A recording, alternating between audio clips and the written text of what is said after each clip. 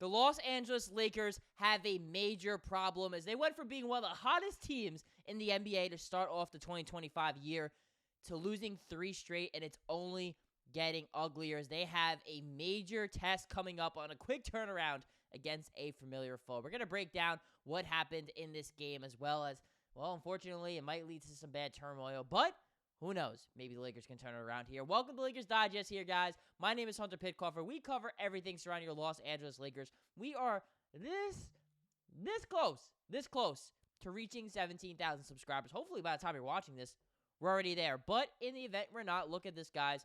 At all the guys, all of you gals watching our content, look at this number. 82% of you guys watching our videos, are not subscribed. You're already tapped in. If you want to reach that platinum stats with this channel, stop what you're doing right now, hit that subscribe button, and let's get into today's video, guys. I don't want to keep you waiting too much longer. Hello, darkness, my old friend.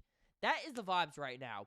And of course, they had to lose to freaking Darvin Ham and the Milwaukee Bucks. Like, of course, Darvin's going to get his cute little last laugh. Hopefully, in a week from now when the Lakers play him again, maybe they'll have some more players back because, guys, it is getting ugly. The Lakers are about 9 men deep, and if they lose 1, 2, 3 of those guys, like currently is right now, Dorian Finney-Smith came back, but no LeBron, no Rui, no Jackson Hayes. You get an ugly performance like this as the Lakers lose 126 to 106 to the Milwaukee Bucks, and this was a game that seemed like the Lakers were in it for a while. The first quarter, close game, only a 4-point game. You're not complaining. Second quarter, got a little ugly. Lakers chipped it back away. I think they were down 7 at half. You're like, all right, they're hanging in there. They're hanging in there with the Milwaukee Bucks. And then the third quarter, guys, just the game was over. That is where the game ultimately just was absolutely lost for the Lakers. And this really kind of just felt like a game that got away from the Lakers here. And look, they don't have the personnel. It's not necessarily an excuse, but it is a reason why the Lakers lost. When you play a massive team like the Milwaukee Bucks, you know, and a really good team. I know the Bucks haven't been great, but look, they have one of the best players in the NBA, Giannis. They got Brook Lopez, who had a hell of a game. And on top of that, too, this really just kind of felt like a game where the Milwaukee Bucks, everybody, not their stars, played well, it seemed like. Whereas the Lakers, it was the complete opposite after a really rough game against the Brooklyn Nets. That's going to bring us to our next point here, guys, because the stars played like stars. In our last breakdown we did of the Brooklyn Nets game, the last game recap we did, we always do game recaps here if you're new to the channel, we saw Luka Doncic and Austin Reaves, you know, we're going to throw him in that star mix. Those are your main scores with LeBron out. They both struggled. They both played like complete dog water out there and weren't hitting shots, were turning it over.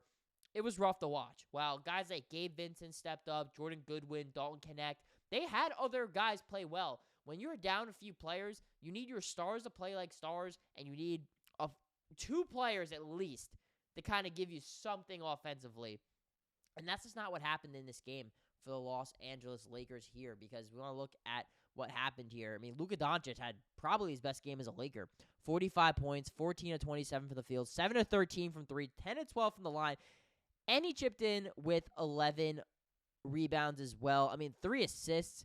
Kind of just shows you, look, Luka Doncic walks into 7, 8, 9, 10 assists on any given night, and he only had 3 because really nobody else had it going. Luka kind of had to turn to that scorer, and Milwaukee kind of let him do it. And as a result, it took the rhythm out of this entire offense for the Lakers. I'm not blaming Luka, though, because quite frankly, no one else really did a damn out there outside of Austin Reaves here. I mean, Austin, he needed a get-back game, and he definitely had it. 36 minutes, went 10 of 17 from the field, 4-7 from 3, had 8 rebounds as well. Again, only 3 assists for Austin Reaves, right? That is a very low number for somebody like him who normally gets much more assists as well, and 28 points. So, I have 106 points. Let's do the math here real quick. 71 were from them, and not a single player on the Los Angeles Lakers had even 10 points. Actually, I think Dalton Knecht ended up getting some garbage. He's always good for some garbage time, 10 points. But Dalton Knecht, really quiet game from him. He's someone who needed to step up after having a good game against the Brooklyn Nets. Jared Vanderbilt, only 4 points. I mean, we had a Markieff Morris signing of 4 points. That was one of the higher scores on the team. Dorian Finney-Smith continues to shoot like dog water against over these last few games, 5 fouls and 5 points, 2 of 8 from the field. I mean, that's absolutely brutal. Brutal shooting night for Gabe. Couldn't hit a 3, 6 points for him. And Alex Len, I mean, he's a waste of space out there for the most part. And looking at what the Milwaukee Bucks did out here, guys, it was kind of the opposite. Like, Giannis and Dame didn't really dominate that way. I mean, the way they kind of used them was a lot more like facilitators. I mean, Giannis had 9 assists. Dame had 10. And then as a team, they had 30 assists compared to the Lakers here, who only had 18 assists. You're not really going to win a basketball game with that kind of play and that lack of ball movement, which is what the Lakers thrive at, is the great ball movement that they have. And that just didn't really show up here tonight on the road against Milwaukee here. But is everybody else that really dominated for the Bucks here? I mean, Brook Lopez, 23 points. You got 22 from Kevin Porter Jr. He won an absolute heater, 5 of 7 from the field or from 3, 7 of 7 from the line. Gary Trent Jr. also hitting 4 threes. I mean, that's how you're going to lose the game. If you look at the Lakers' numbers here, they didn't shoot the ball bad at all. I mean, 43% is not great from the field, but 37.5% from 3. That's a pretty solid number. 83% from the line. And looking at the Bucks here, I mean, 42, 81, and 47. So that's not acceptable defense at all. I thought Dorian Finney-Smith coming back would maybe help. Clearly, that's not the case. I mean, the Lakers lack a size and big men. I know we talk about it a lot, but it's really felt when Jackson Hayes is out. So credit for Jackson for playing as well as he has for the Lakers during this stretch without Anthony Davis. But it also shows you, too, that the Lakers have a clear MO this free agency, and that is finding center depth, right? They probably, I think, will bring back Jackson Hayes, probably a more than a vet minimum deal with the way he's played. But on top of that, they're probably going to have to go sign or trade for another center, maybe even 2, because the way Luka Doncic wants to play, like, Alex Len ain't cutting it. I appreciate what Trey Jemison's been doing, but he's not the type of center either. Someone like Jackson Hayes, but better, is probably what they need. Someone like a Nick Claxton, or they could sign a Clint Capella perhaps, or someone along those lines that kind of has that kind of skill set. That's what the Lakers need. But with all this pity-pat talk, who cares? Because as I clicked the wrong graphic for you guys, a quick turnaround. Oh, boy.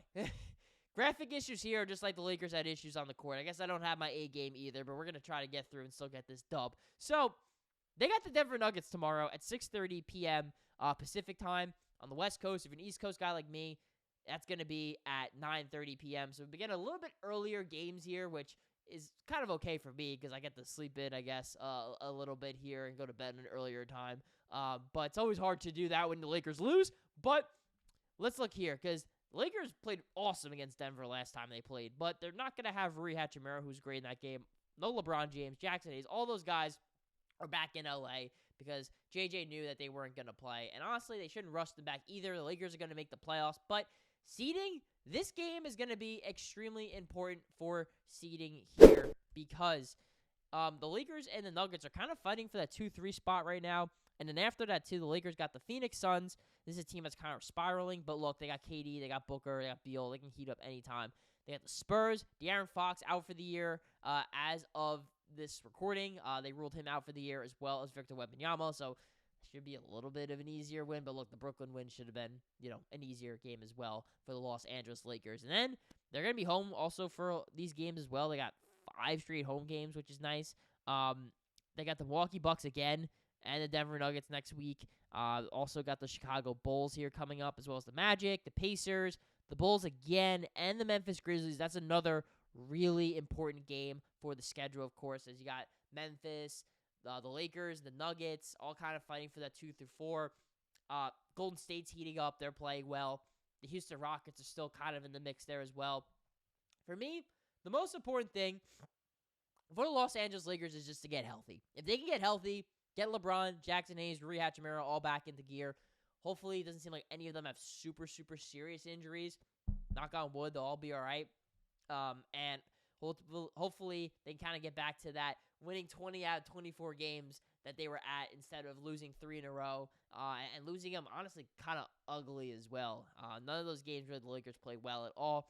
And the lack of depth, this is up to Rob Pelinka and the front office to go there, fix this major problem that they have, the lack of depth on this team, and ultimately figure that out and get the Lakers back to really being that top dog like Oklahoma City next season. But for this season, get healthy, stay in the top 6, avoid the play-in, and no one's really going to want to play the Lakers with LeBron, Luka, and that squad there. But thank you guys for listening. I will make this final point here, though. If you're still watching through this whole video of me ranting, complaining, and you like what you're watching, and maybe not watching the Laker game, but watching this, stop what you're doing right now and hit that subscribe button. Again, 82% of you guys watching our content are not subscribed over the last month. So if you're a fan of the content, watch all the way through, stop what you're doing right now, hit that subscribe button, and we will cover tomorrow's game for you against a familiar foe in the Denver Nuggets, and hopefully we got some better a game recap here, and the Lakers can get the dub. We'll cover it all here on Lakers Digest.